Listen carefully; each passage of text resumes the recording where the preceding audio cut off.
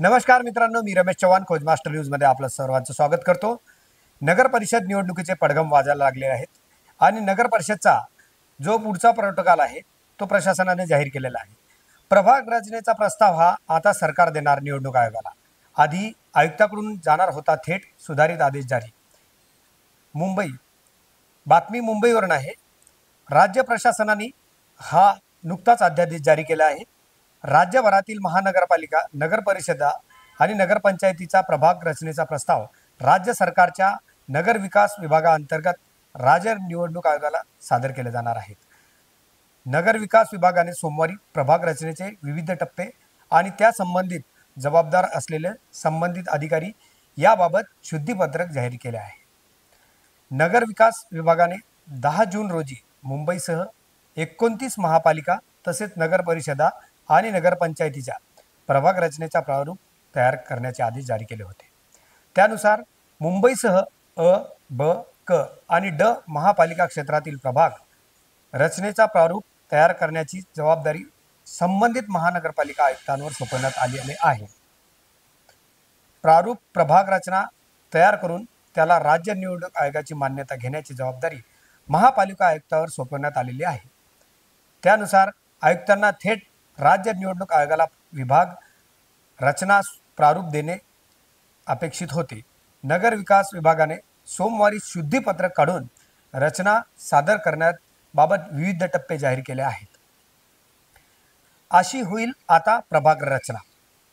मुंबईसह महापालिकेला नगर विकास विभागाच्या अतिरिक्त मुख्य सचिव आणि प्रधान सचिवाच्या प्रभागाची प्रारूप रचना सादर करावी लागणार आहे.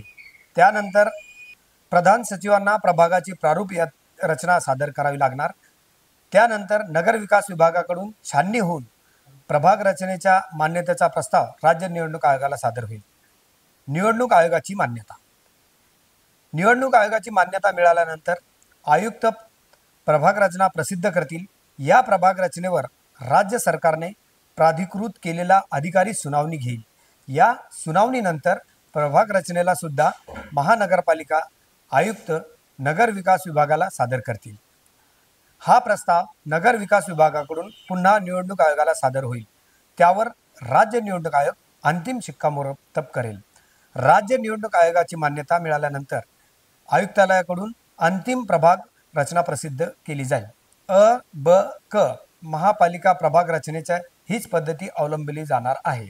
ड प्रवर्ग महापालिकेत प्रभाग रचना तयार करून संबंधित महापालिका आयुक्त त्यांचा आराखडा जिल्हाधिकाऱ्यांना सादर करतील. जिल्हाधिकाऱ्यामार्फत हा प्रस्ताव नगर विकास विभागाला मान्यतेसाठी पाठवला जाईल. पुढे नगर विभागाकडून हा राज्य निवडणूक आयोगाला प्रभाग रचनेचा प्रस्ताव पाठवण्यात येईल.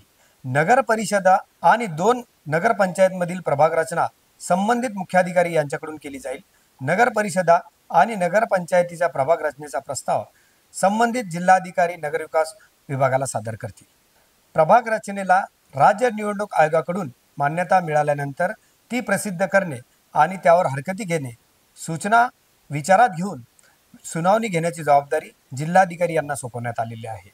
तर अंतिम प्रभाग रचना संबंधित मुख्याधिकारी जाहीर करतील. प्रभाग रचनेचा प्रस्ताव आता सरकार देणार निवडणूक आयोगाला. आधी आयुक्ताकडून जाहीर होणार होता.